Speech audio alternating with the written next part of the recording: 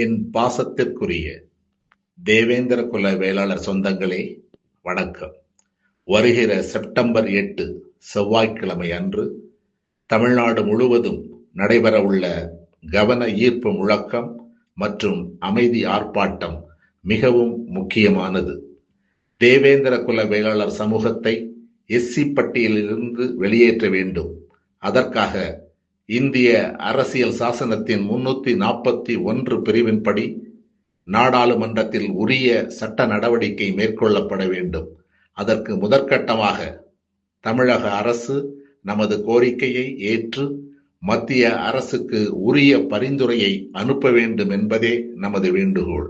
இந்த கோரிக்கையை தமிழக அரசின் கவனத்திற்கு எடுத்துச் செல்லும் வகையில் செப்டம்பர் 8 அன்று காலை 10 மணி முதல் மதியம் 12 மணி வரை தமிழ்நாடு முழுவதும் மாவட்ட தலைநகரங்களில் அமைதியான முறையில் ஒன்று கூடுகிறோம்.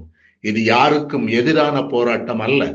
இது நமது கோரிக்கையை ஜனநாயக முறையில் அரசிடம் எடுத்துச் சொல்லும் அமைதியான கவன ஈர்ப்பு நிகழ்வு. செப்டம்பர் 8 அன்று சந்திப்போம், ஒன்றிணைவோம், நமது கோரிக்கையை ஒரே குரலில் எடுத்துரைப்போம். ஜெய் தேவேந்திரா.